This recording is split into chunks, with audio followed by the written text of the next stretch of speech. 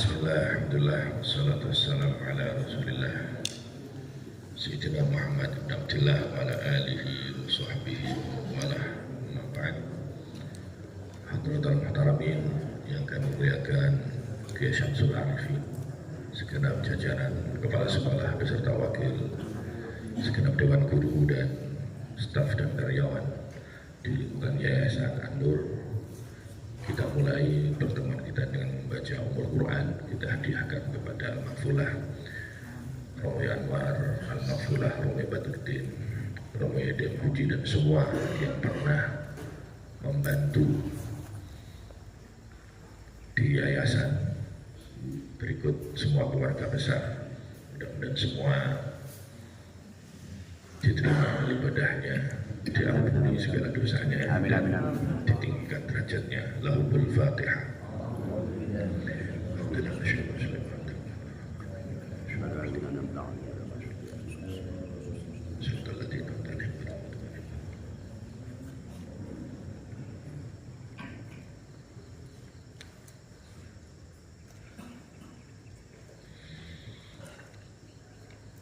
Terima kasih. Bismillahirrahmanirrahim. An Anas radhiyallahu taala anhu qala sami'tu Rasulullah yaqul qala Allah taala ya bani Adam innaka ma ta'udani wa rajautani wa fardulak ala ma kana minka wa la ubali. Sampai lagi. Diriwayatkan dari Anas bin Malik radhiyallahu taala anhu, ia mendengar bahwasannya baginda Rasul bersabda, Allah Subhanahu wa taala berfirman.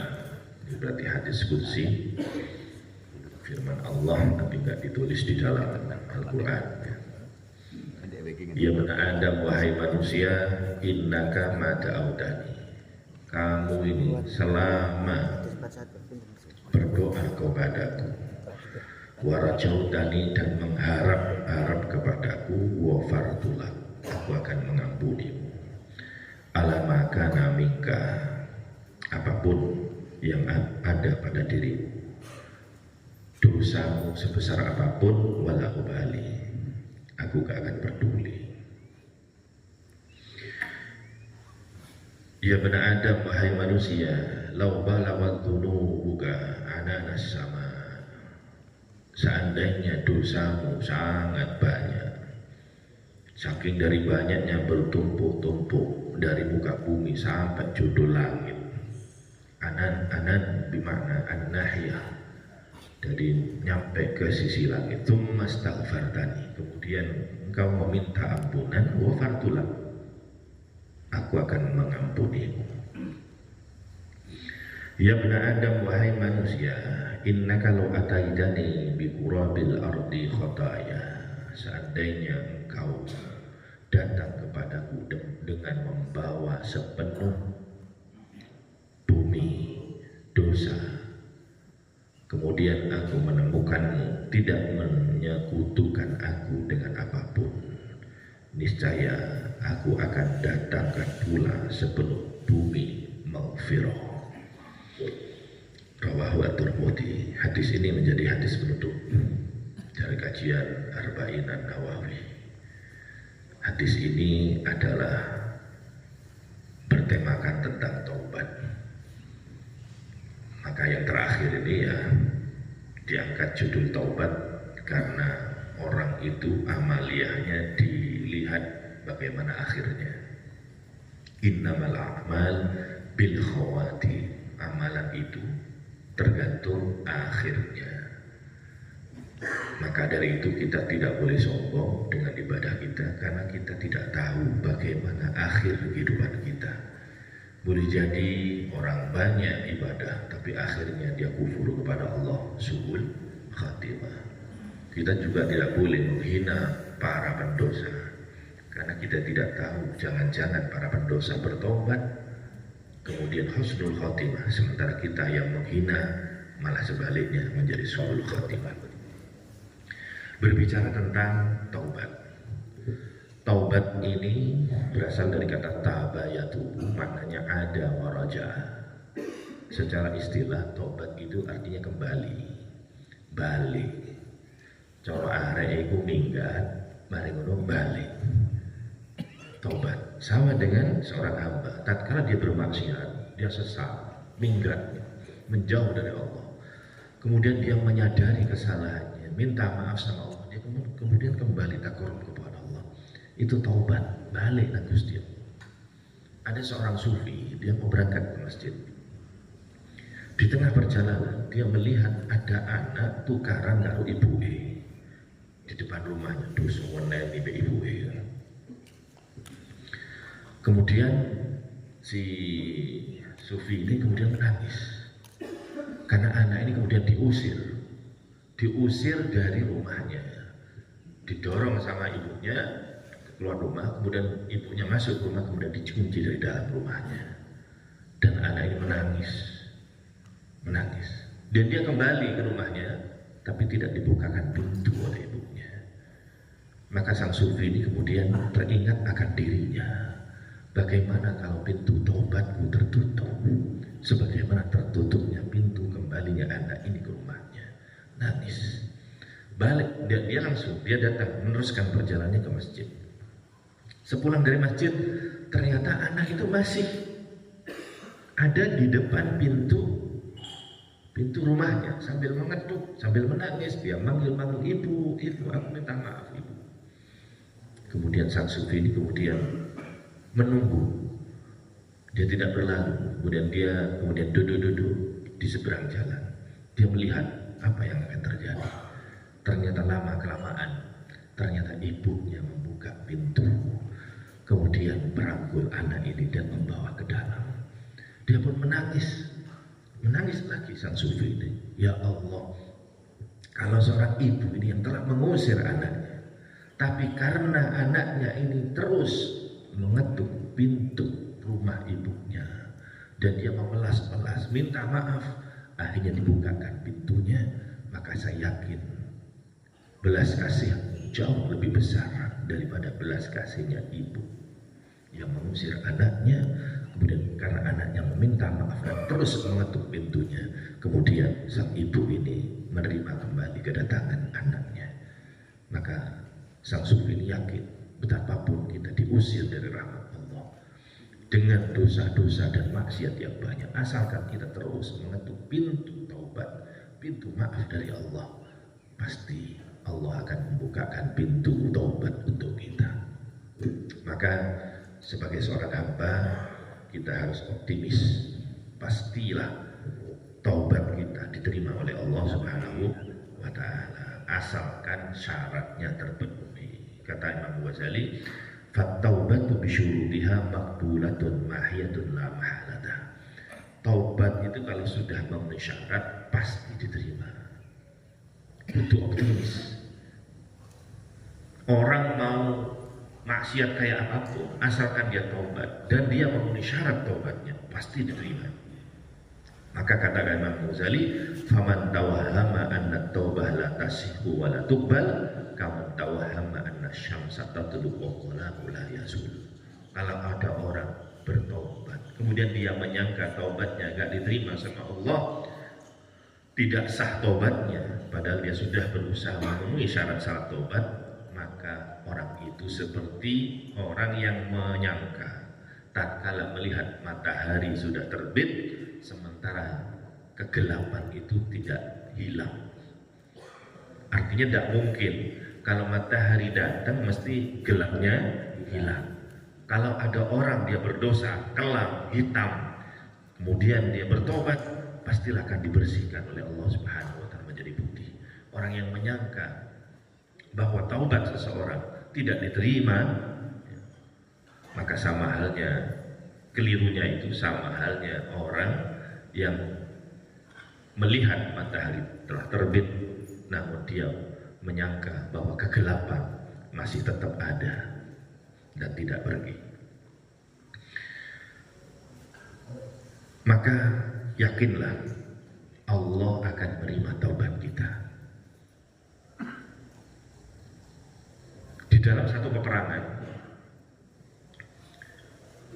kemudian tatkala Islam menang, Maka orang-orang kafir itu dijadikan tawanan.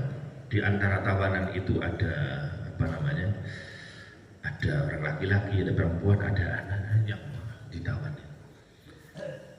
Kemudian ada seorang ibu-ibu, kemudian dia mondar-mandir. Ternyata ibu ini mencari anaknya yang masih bayi, yang termasuk tawanan perang itu, dicari. Ternyata begitu ketemu anaknya, anak itu kemudian disusui. Maka Kanjeng Nabi berkata kepada para sahabat, lihatan ibu itu, betapa rahmat belas kasih ibu itu kepada anaknya. Dalam kondisi dia menjadi tawanan pun dia tetap memikirkan anaknya. Dia cari anaknya sampai ketemu, kemudian disusui. Kemudian Nabi bertanya, coba lihat ibu itu, kira-kira ibu yang model seperti itu tega enggak? Anak yang digendongnya, yang disusui, dia lempar ke api unggun. Ada api, dilempar. Maka sahabat mengatakan, tidak mungkin, nggak mungkin tega.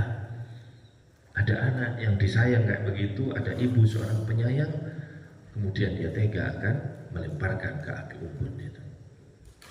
Maka kemudian Nabi juga bersabda, ketahuilah Allah yang maha pengasih, lebih maha penyayang, lebih sayang Allah daripada ibu itu.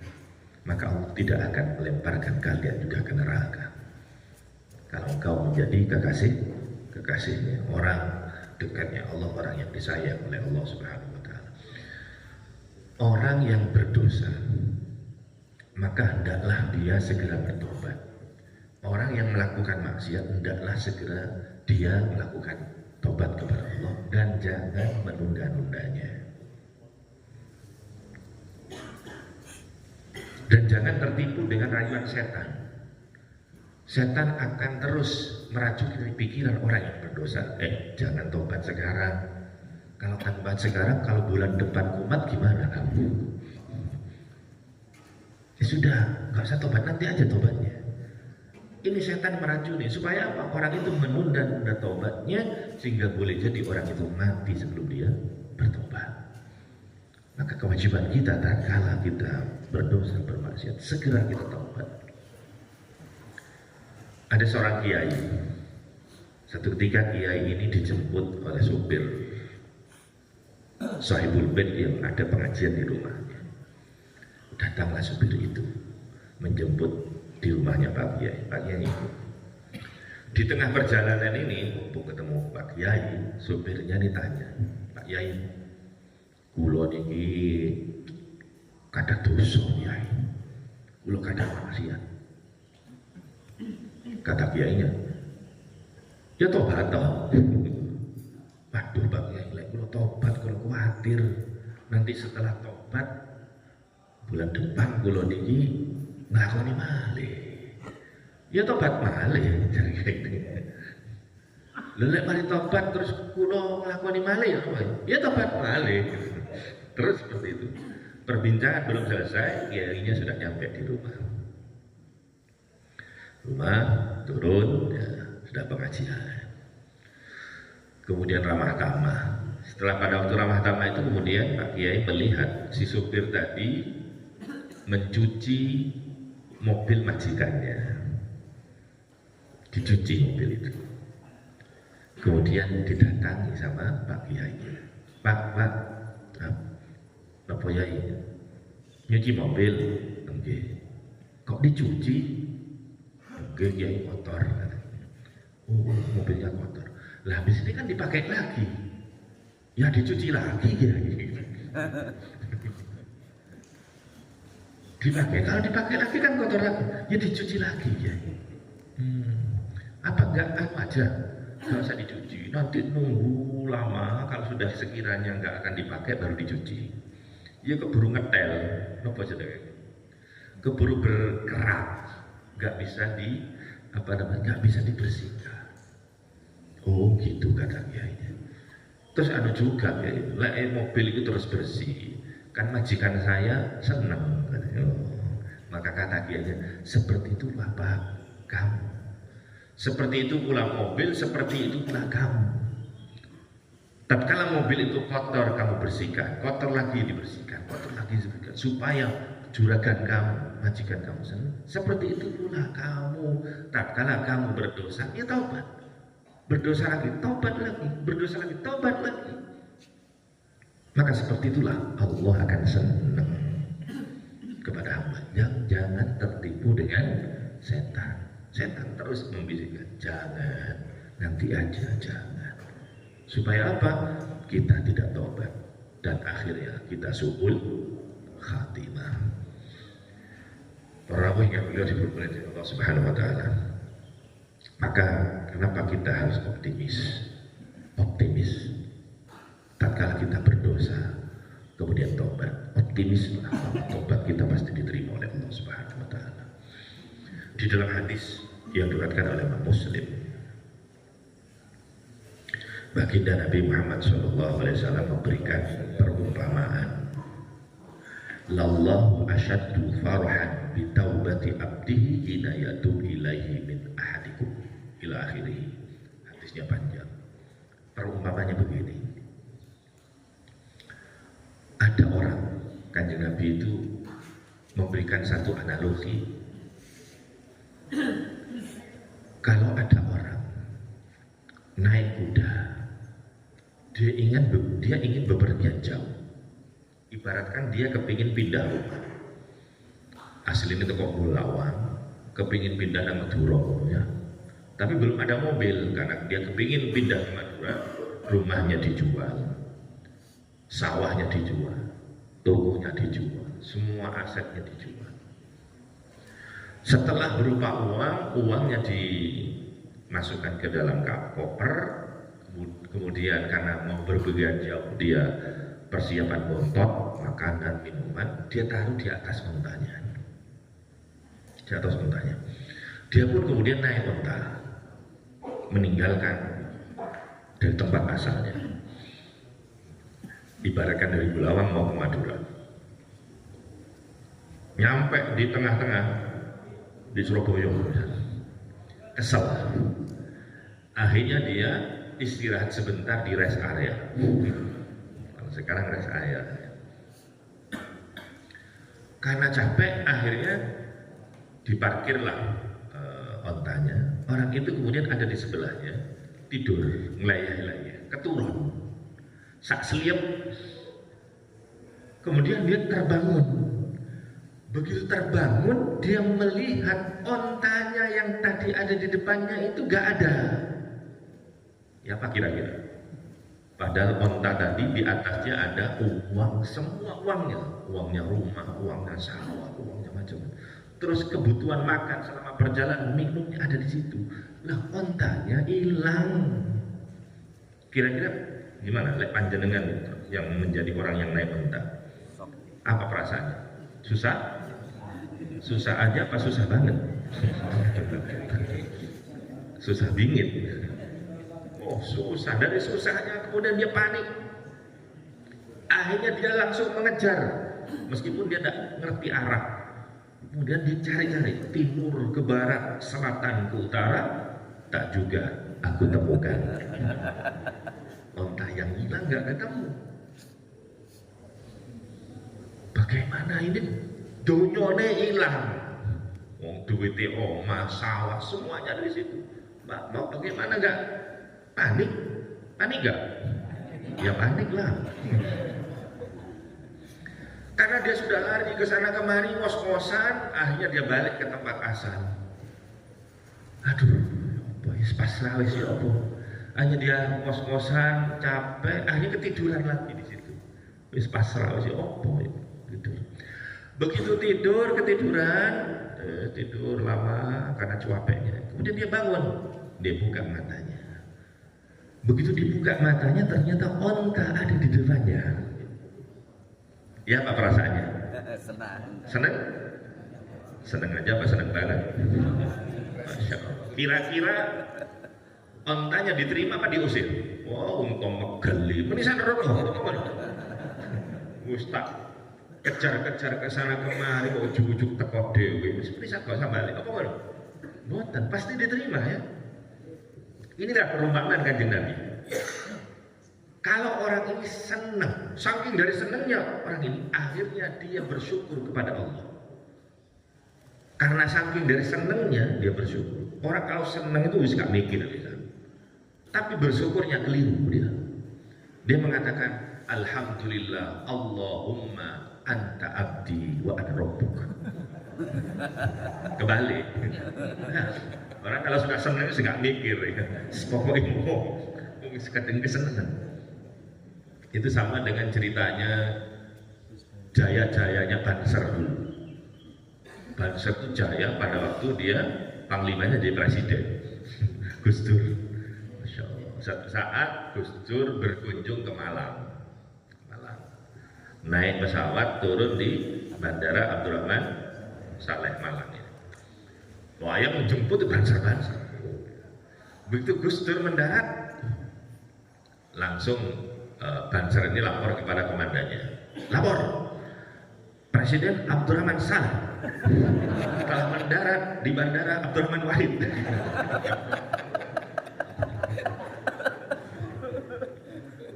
Serius gitu, komandannya cengengesan, lucu, bengkok tualah, wah sing lucu, dipikir bengkok, yo keliru. Sama dengan orang ini, mestinya Allahumma anta rabbi wa ana abdu. Karena dari senangnya Allahumma anta abdi wa ana rabbu. Ya Allah, engkau adalah hambaku dan aku Tuhanmu. Balik, saking kok seneng. Lah kan seneng orang ini. Ini yang dianalogikan sama Kanjeng Nabi. Kata Kanjeng Nabi, Allahu asyaddu farahan min hadal abd. Allah lebih senang daripada senangnya hamba tadi yang kehilangan onta kemudian ontanya kembali, lebih senang tatkala Allah kehilangan hambanya kemudian hambanya kembali dengan taubatnya. Maka pastilah taubat itu diterima. Maka gak heran kata Imam Ghazali, kalau ada orang menyangka taubatnya gak diterima, sama dengan orang keliru tatkala melihat matahari tapi dia menyangka gelap tidak hilang karena datangnya matahari. Maka dalam hadis Arba'in Nawawi tadi itu, tidak peduli seberapa besar dosa, lau balagha dzunubu ka'anana sama, andaikan dosa-dosa ditumpuk-tumpuk terus sampai judul langit, padahal langit itu pirang kilo judulnya, jangankan langit, itu di pelajaran IPA, matahari itu kan masih di bawahnya langit kan masih di atas, matahari aja ke bumi itu jarak rata-ratanya 149 juta kilometer. Itu matahari. Bagaimana dengan langitnya? Pada langit itu nggak ada batasnya, nggak ada ceritane pesawat runtuh gara-gara sundul langit. Ceritane langit ya orang jaga. Karena katanya guru IPA itu, kalau kita seperti ini melihat ke atas yang langit itu warnanya biru, ya, itu bukan langit, tapi itu batas pandangan manusia. Seandainya kamu menjadi Gatot Kaca kalau versi orang Indonesia, atau Superman versi orang Barat, naik ke atas ke tempat yang dilihat itu biru, maka birunya pindah lagi ke atas.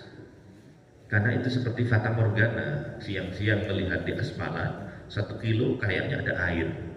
Kita datang 1 kilo, airnya pindah 1 kilo ke depan, nggak akan pernah nyampe.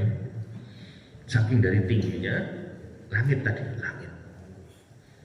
Lah maka Allah di dalam hadis qudsi ini yang disampaikan oleh Kanjeng Nabi menggunakan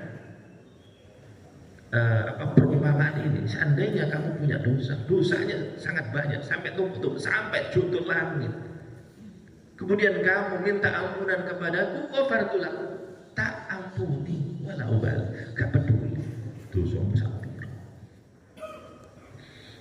Maka yakin dosa sebesar apapun akan akan diampuni asalkan kita sungguh-sungguh bertobat. Tobat itu syaratnya ada 3. Singkatannya negara Indonesia. Legal balan bisa ditulis di pojok kanan atas di televisi itu tulisan INA. Singkatan I. I itu singkatan dari ikhlaq. Ikhlaq itu nyopot atau menyudahi, menghentikan maksiatnya. Langkah pertama orang mau tobat harus berhenti dulu maksiatnya. Oh, ada orang minum-minum gini, nggak berhenti masih minum tapi astagfirullahaladzim, astagfirullah. Jadi nggak tobat jenenge, harus mandek dhisik. Ikhlas. Kemudian yang kedua adalah N itu nadama. Nadama itu menyesal. Getun, aku lapo biar mabuk-mabukan. Harus ada penyesalan. Maka tidak boleh orang maksiat kemudian tobat, pada waktu tobat dia cerita-cerita, aku gak rugi tobat, aku wis nurani wong wedok sak kampung.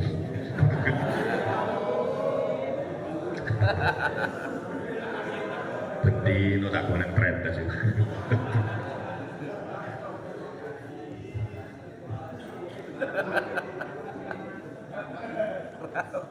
Jadi tobat itu tidak boleh bangga dengan dosanya, harus menyesal. Kemudian yang ketiga ada A, IN. A itu azam. Al-azmu ala al-layam.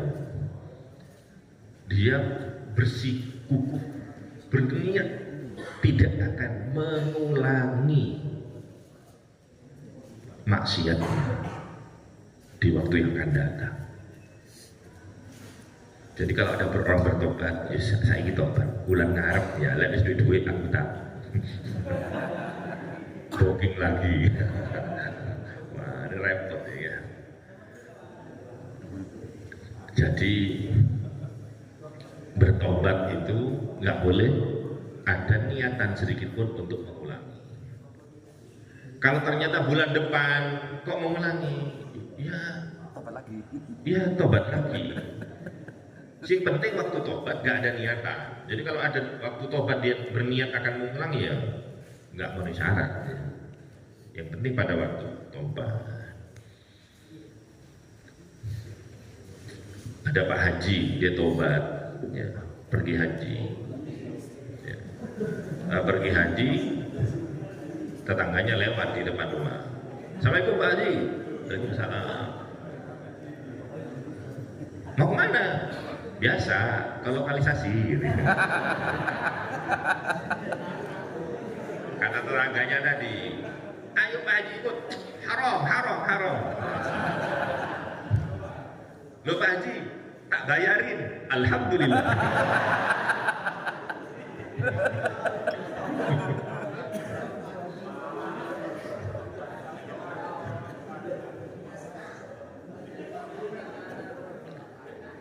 Niki tobatnya gara-gara bokeh.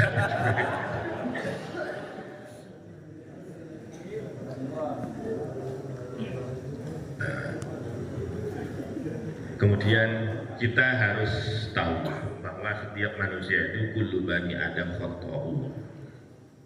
Setiap manusia itu pasti punya salah, pasti punya dosa. Wa khairul khata'in at-tawwabun. Dan orang yang bersalah, yang terbaik itu adalah yang bertobat. Maka di sini tidak disebutkan sebaik-baik manusia itu adalah orang yang tidak pernah berbuat dosa. Enggak. Karena semua manusia pasti punya dosa. Maka di situ disebutkan wa khairul khata'in. Manusia terbaik yang telah melakukan kesalahan itu adalah orang-orang yang mau bertaubat. Maka seperti itulah tatkala kita melihat orang-orang yang sedang tersesat, melakukan maksiat, jangan dicaci maki. Tapi kita doakan, kita ajak untuk bertobat. Ya. Dan kemudian kita harus sadar bahwa dia sedang menjalani tugasnya, menjalankan skenario. Dunia ini ibaratkan panggung sandiwara. Setiap kita memerankan peran yang sudah ditentukan sama sutradara. Yang beribadah ya ibadah, ojo sombong. Pas ketepaan ganti peran api. Begitu ada peran apa namanya antagonis misalnya, ya jangan kita musuhi, dia hanya menjalankan peran saja. Pernah dulu itu ada sinetron apa gitu ya, apa kalau pernah apa tersanjung apa dulu ya. Itu ada seorang artis, dia pemeran antagonis. Saking dari orang itu karena sinetron lama, episode 1, 2, 3 panjang, sampai orang itu kemudian terbawa di luar apa namanya, di luar sinetron. Jadi orang satu saat datang ke mall, ketemu sama artis yang dia menjadi pemeran antagonis, diantemi di barang-barangnya. Saking kok pegel, padahal dia itu hanya menjalankan peran saja, yang gitu kan sutradara. Terbawa. Maka sama dengan kita, tatkala kita melihat orang-orang yang bermaksiat, ya, tetap kita harus belas kasih kepada mereka. Kita doakan mereka, kita ajak mereka. Inilah yang disebutkan oleh baginda Nabi Muhammad SAW. Walladhi nafsi biyadi. Ini hadisnya riwayat Muslim, hadis sahih. Demi Allah, laulam tudhnibu, seandainya kalian gak bermaksiat, seandainya kalian gak berbuat dosa, la dahaballahu bikum, niscaya Allah akan memusnahkan kalian. Lek awakku gak gelem maksiat, oh, saya binasakan kalian semuanya. Wala ja'a biqaumin yudnibun, dan Allah akan menggantikan kalian yang gak memaksiat itu dengan orang yang bermaksiat, berdosa, fayastaghfirun, kemudian lalu mereka beristighfar kepada Allah, fayaghfirullahu, Allah kemudian mengampuni mereka. Dan semuanya orang ibadah, maka apa gunanya maghfirah Allah Subhanahu wa taala? Lah gak fungsi, gak teruji gitu kan. Dari Allah Maha Pengampun, kok nganggur? Kalau manusia, jadi orang menungso sing maksiat, ya itu menjalani perannya. Gitu. Dan sifat Maha Pengampun Allah itu ada gunanya sebagai pembuktian. Gitu ya.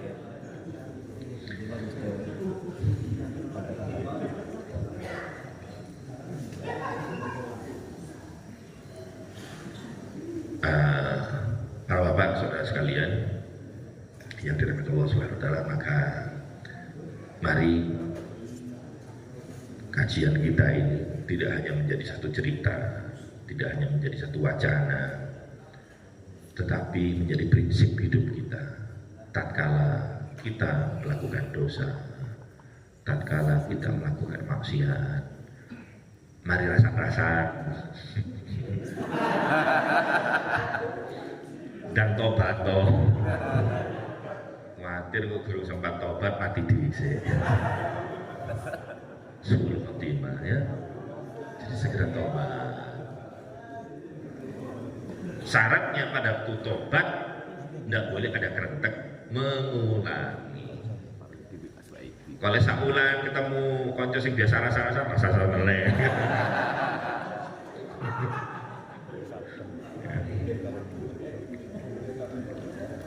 Bertobat, kewajiban kita adalah bertobat dan mendoakan orang-orang yang lagi tersesat, mudah-mudahan mereka dibukakan pintu tobat oleh Allah Subhanahu wa taala. Mudah-mudahan dari awal sampai akhir, kajian demi kajian, hadis demi hadis yang dikaji, mudah-mudahan tidak hanya menjadi ilmu, tapi mudah-mudahan ini menjadi amaliyah kita. Yang menjadikan hidup kita semakin dekat kepada Allah Subhanahu wa taala. Semakin dekat, pada akhirnya kita mengakhiri hidup pada posisi terdekat kepada Allah Subhanahu wa taala. Sampun niku mawon ingkang saged kula aturaken sebagai penutup, saya mau cerita sedikit minggu kemarin saya ditawari asuransi. Ada orang nawari asuransi, satu bank ya, datang asuransi. Asuransi jangka waktunya 10 tahun. Asuransi jiwa. Jadi kalau setiap bulan itu bayar ya, nanti belum 10 tahun, 1 tahun, 2 tahun kok saya meninggal gitu, maka dapat santunan, ada biaya berapa ratus juta gitu kan. Lah, yang saya pikirkan bukan asuransinya. Iki mau nawak no sih, iya iya, iki ngiling no aku, iya bakal mati. Jadi orang ini menawarkan itu, ya apa yang saya lihat adalah mengingatkan sampai ini katanya mati, siapa no ini duit, tapi nyiap duit lagi kan. Ya kan intinya menyadarkan kita, iya ya, kita juga perlu persiapan, kita nggak tahu. Kata dia, lek sampai nggak melok saiki, usia misalnya nanti 50, nanti apa namanya, asuransinya biaya cicilannya itu tambah besar, gitu, tambah gede. Kisah ini mumpung rotok murah gitu. Tapi jangka 10 tahun, nanti lek mati udah ngarep mati. Tapi ngarep jenenge mati pasti teko. Jadi ini bisa itu menyadarkan kita bahwa kita sudah akan hidup selama-lamanya. Pasti kita akan mati, apalagi usia kata 10 jenengan nih. Niki coba bal-balan wis babak kedua. Babak kedua skornya kalah 2-0. Kalah. Kalau di babak kedua gak ngoyo, maka sampai wasit meniup peluit panjang, skor gak berubah dalam keadaan kalah. Betapa malangnya nasib kita. Maka segera kita bertobat. Jadi sing sering goroh ya, dindek gorohe gak mlebu kelas diwarah mlebu.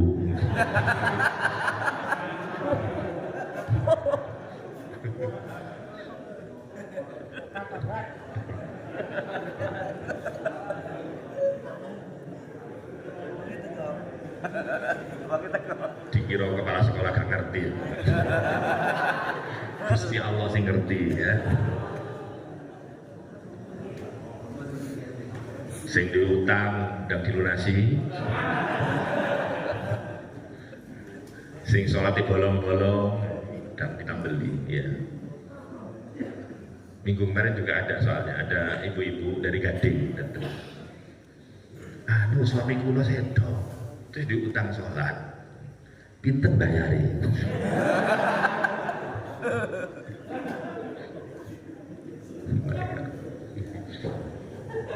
Oh maksudnya bayar fidyah ini gitu, bayar mut itu loh maksudnya, bayar. Tiba-tiba dihitung-hitung, oh ini 50 kilo. Oh ini kalau betul, kalau palingan jenengan, ojo wis dihitung di tombol sampean. Sing fakir miskin deh, kalau jenengan betul langsung. Niki satu kaul ya, digenteni. Tapi aja ngenteni digenteni. Walaupun sedia pinten kintal gitu. Ya sholat, aja sampai hak sholat.